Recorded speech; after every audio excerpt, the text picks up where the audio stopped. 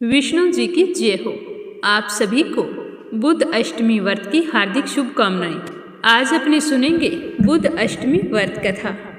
तो व्रत रखने वाले सभी भाई और बहन इस कथा को श्रद्धा भाव से सुने और मन ही मन बुद्ध देव, गणेश जी भगवान, अपने इष्ट देव और कुल देव का स्मरण करते रहें, क्योंकि बुध अष्टमी का व्रत रखने वाला व्यक्ति कभी भी अपने जीवन में मुसीबतों का सामना नहीं करता, उसे अपने जीवन के सभी सुख प्राप्त होते हैं।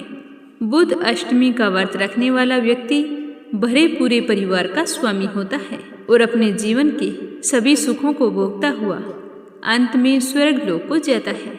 बोलो बुद्ध देवता की जय हो, बोलो गणेश भगवान की जय हो। एक गांव में एक ब्राह्मण परिवार रहता था। उस ब्राह्मण के परिवार में उसकी पत्नी और 2 बच्चे थे। बेटे का नाम बुध था और बेटी का नाम बुधनी था। ब्राह्मण एक मंदिर में पूजा पाठ किया करता था और इधर उधर गांवों से आटा मांग कर लाया करता था और ब्राह्मणी भी अड़ोस पड़ोस का आटा पीसती थी। इसी तरह वो अपना जीवन यापन कर रहे थे। तो समय के साथ उनके बच्चे भी बड़े हो रहे थे। तो ब्राह्मणी जब भी आटा पीसती थी तो उस आटे में से थोड़ा सा आटा बचा कर रख लेती थी। तो बुध ने यह सब कुछ देखा करती थी। जैसे ही वो समझदार हुई तो वो अपनी माँ को ऐसा करने के लिए मना किया करती थी, पर उसकी माँ नहीं मानती थी। एक बार की बात है, उसकी माँ अपने मायके गई हुई थी और अपनी बेटी को बता दिया कि कितने घरों का आटा पीसना है और कितना बचा कर रखना है। तो बुधनी ने अपनी माँ की बात सुनकर कुछ नहीं कहा। अब बुधनी रोजाना आटा तो पीसती थी, पर जितना पीसती उतने का उतना ही उनका लौटा देती, कभी भी उनका आटा बचा कर नहीं रखा। कुछ दिनों बाद जब बुधनी की माँ आई तो उसकी पड़ोसनी कहने लगी कि हम तुमसे आटा नहीं पिसवाएंगे, तुम तो हमारा आटा चुराती थी, तेरी बेटी तो हमें पूरे का पूरा आटा वापस देती थी। तो यह सुनकर ब्राह्मणी को मन ही मन बहुत ही गुस्सा आया। जब उसकी पड़ोस ने इसी तरह खरी खोटी सुनाकर चली गई तो उनके जाते ही वो अपनी बेटी बुधनी को मारने पीटने लगी। तब उसका बेटा बुध आया और कहने लगा कि माँ, तुम बहन को पीट क्यों रही हो? तो उसकी माँ ने कहा कि मैं कुछ नहीं जानती, मेरी एक बात कान खोलकर सुन ले, तेरी बहन का विवाह मैं कुत्ते के साथ करूँगी। अब तू घर से जा, तुम्हें सबसे पहले जो कुत्ता मिले उसे तिलक लगाकर घर ले आना और उसी के साथ इसके फेरे करवाकर मैं यहाँ से इसे विदा कर दूँगी। तो अपनी माँ की बात सुनकर उसके भाई को बड़ी ही हैरानी हुई। सोचने लगा कि माँ को क्या हो गया, क्यों इस तरह बहकी बहकी बातें कर रही है। पर वह अपनी माँ के कहे अनुसार सिंदूर और अक्षत लेकर घर से निकल पड़ा। तो उधर भगवान ने सोचा कि यह मेरी भक्ति करती थी, अब मुझे आज इसे बचाना ही होगा। अगर मैंने इसकी सत की रक्षा नहीं की तो मुझे कौन मानेगा। आज तो मुझे बुधनी का कष्ट मिटाना ही होगा। तो भगवान बुद्ध देव ने कुत्ते का वेश बनाया और उसके भाई के सामने आ गई। तो उसके भैया ने उसी कुत्ते को तिलक कर दिया और उसे पकड़कर अपने घर ले जाने लगे। तो रास्ते में कुछ महिलाएं कुएं से पानी भरकर आ रही थी। तो उसे देखकर कहने लगी कि अरे बुद्ध, तू इस कुत्ते को लेके कहाँ जा रहा है और इसके तिलक क्यों किया है? तो उसने कहा कि मेरी बहन बुधनी का विवाह इस कुत्ते के साथ करेंगे। तो यह सुनकर उन महिलाओं को बड़ा ही आश्चर्य हुआ। 2 से 4, 4 से 6, जल्दी जल्दी पूरे गांव में आग की तरह यह खबर फैल गई कि बुधनी का विवाह कुत्ते के साथ किया जा रहा है। अब बुधनी की माँ विवाह की तैयारी करने लगी। वह अपने गांव में जिस किसी के पास जाती और काम करने के लिए कहती तो वो सारी की सारी मना कर देती कि हमें तो फुर्सत नहीं है, एक तो हमारा अनाज चुराती थी और अपनी बेटी की शादी कुत्ते से कर रही है, हम तुम्हारे घर काम करवाने नहीं आएंगी। तो वह ब्राह्मणी घर आकर अपनी बेटी को पीटने लगी और कहने लगी कि तू तो है ही निर्भागी, तेरे ब्याह का काम भी कोई नहीं करता है, अब ब्याह की बेला आने वाली है, सारा काम पता नहीं कैसे होगा। कपड़े की दुकान पर गई तो दुकान वाले ने कपड़ा देने से मना कर दिया, मिठाई की दुकान पर गई तो मिठाई देने से मना कर दिया। तो इसी तरह बुधनी के विवाह की कोई भी तैयारी नहीं हो रही थी और पूरे गांव में हल्ला हो रहा था कि बुधनी का विवाह कुत्ते से हो रहा है। तो बुधनी यह सुनकर बहुत ही परेशान हो गई और एक दिन हाथ जोड़कर भगवान से कहने लगी कि भगवान, अब मेरी और परीक्षा मत लो। मैंने आपकी हमेशा सच्चे मन से पूजा की है, कभी भी कोई चोरी किसी दूसरे की चीज़ पर नज़र नहीं डाली है। फिर भी आज मुझे इस तरह बदनामी क्यों झेलनी पड़ रही है? क्या मेरी किस्मत इतनी बुरी है जो मेरा विवाह एक कुत्ते के साथ होगा? कुत्ते के साथ मैं कहाँ जाऊंगी, कैसे रहूंगी? इस तरह विलाप करती करती बुधनी बेसुध हो गई। तो उसकी भक्ति से भगवान तो बहुत प्रसन्न थे और उसके इस तरह कहने से उन्होंने अपना असली रूप धारण किया और उनके दरवाजे पर आ पहुँचे। और उनके साथ बहुत सारे हाथी, रथ और घोड़े थे। उनमें बुधनी के लिए बहुत सारा सामान था। वस्त्र और आभूषणों से रथ भरकर लाए थे। जैसे ही बुधनी के घर में सामान उतारा जाने लगा तो सारा घर धन धान्य से भर गया। बुधनी की माँ तो यह देखकर हैरान थी कि ये क्या हो रहा है। उसकी समझ में कुछ भी नहीं आया। जैसे ही उसने बाहर निकल कर देखा तो दरवाजे पर एक बहुत ही सुंदर दूल्हा खड़ा था। तो बुधनी की माँ ने जल्दी से आरती उतारी और देखते ही देखते उनके घर में विवाह का माहौल हो गया। कहीं मिठाई बन रही थी, कहीं गीत गाए जा रहे थे और कहीं ढोल नगाड़ों की आवाज़ें हो रही थी। इस तरह बड़ी धूमधाम से बुधनी का विवाह भगवान के साथ हुआ और फिर भगवान उसे विदा करवा कर अपने साथ ले गए और वहाँ बड़े ठाट बाट से रहने लगे। फिर उसके भाई बुध का विवाह तय हुआ तो उन्हें बुलाया गया। तो बुधनी और भगवान वैसे ही खूब ठाट बाट से वहाँ सज धज कर आए। तो उसे देखकर हर कोई हैरान था कि देखो बुधनी के कितने ठाट हैं। इसकी माँ तो झूठ बोल रही थी कि कुत्ते से विवाह कर रहे हैं। पता नहीं इन्हें इतना सुंदर दूल्हा कहाँ मिला।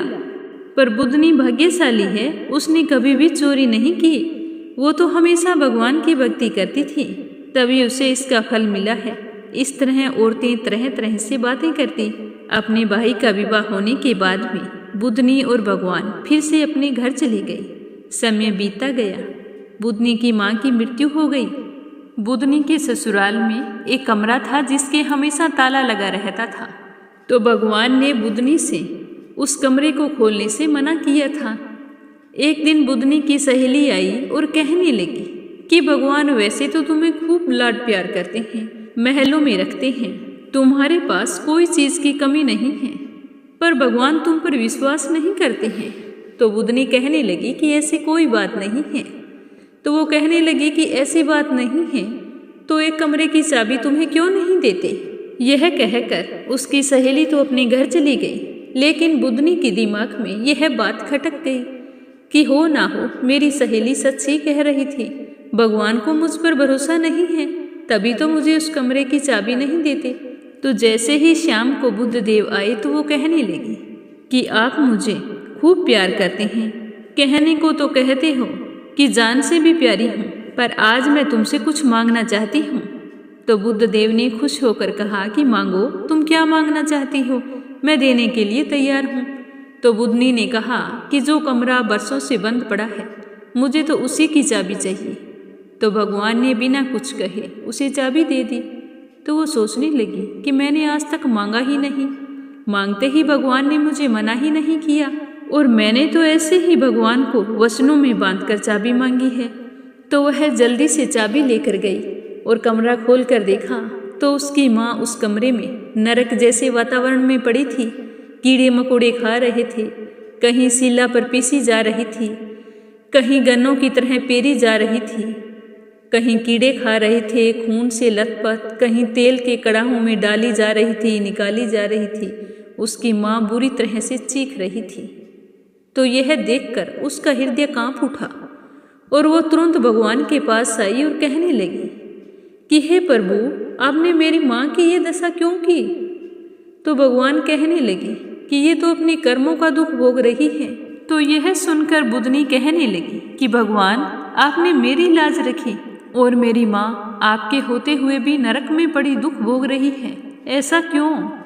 तो बुद्ध देव कहने लगे कि तूने सच्चे मन से पूजा की थी, हमेशा मेरी पूजा आराधना करती थी, कभी तूने झूठ नहीं बोला और ना ही कभी चोरी की। तो उसी की वजह से मैंने तुम्हारी लाज रखी थी। पर तुम्हारी माँ ब्राह्मण के घर का अनाज चुराती थी।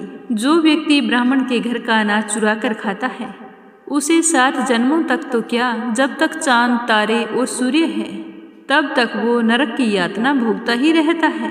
इससे बचने का कोई उपाय नहीं है। तो बुद्धनी कहने लगी कि नहीं भगवान, आप कारण जानते हैं तो निवारण भी जरूर जानते हैं। आपको मेरी माँ को नरक की योनि से छुड़ाना ही होगा। तो बुद्ध देव ने कुछ देर सोचकर कहा कि अगर तेरी भाभी और तुम बुद्ध अष्टमी का व्रत करो तो तुम्हारी माँ इस योनि से छूट जाएगी और स्वर्ग को प्राप्त हो जाएगी। तो बुद्धनी कहने लगी कि हे भगवान, आप मुझे आज्ञा दें तो मैं मायके जाना चाहती हूँ। तो बुद्ध देव ने खुशी खुशी हाँ कर दी और बुद्धनी अपने मायके आ गई। आकर अपने भैया भाभी को इस बारे में सारी बात बताई। तो उसकी भाभी कहने लगी कि हाँ ननद बाईसा, हम व्रत जरूर करेंगे। उसकी भाभी को उस समय बच्चा होने वाला था। तो बुद्धनी वहीं पर रुक गई और 2 दिन पश्चात उसकी भाभी ने बहुत ही सुंदर पुत्र को जन्म दिया। बेटे का नामकरण होने के बाद में बुद्धनी ने कहा कि भाभी, शुक्ल पक्ष में अष्टमी के दिन बुधवार आए तो आप व्रत शुरू करना और फिर 8 व्रत करके 9वें में उद्यापन करना। व्रत रखो तो कथा जरूर सुनना।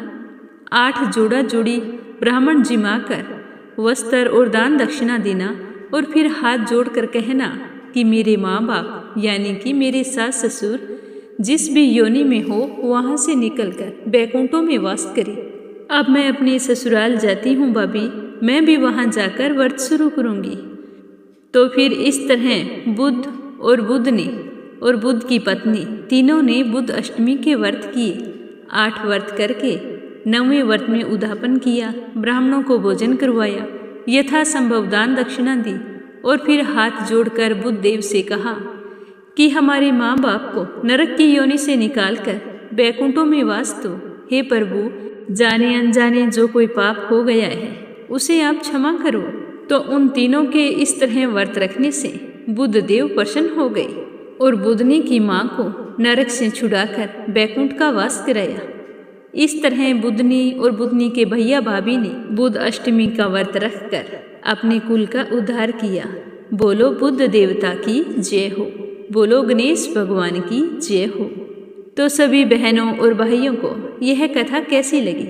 मुझे उम्मीद है कि आपको यह कथा जरूर पसंद आई होगी। तो प्लीज़ कंचन भक्ति सागर चैनल को सब्सक्राइब करके इस कथा को ज़्यादा से ज़्यादा शेयर करें और कमेंट बॉक्स में भगवान बुद्ध देव और भगवान गणेश का जयकारा जरूर लगाएं। साथ में यह भी बताना कि कथा सुनकर आपको कैसा लगा। भगवान आपकी सारी मनोकामनाएं पूर्ण करे। तो प्रेम से बोलो विष्णु जी की जय हो।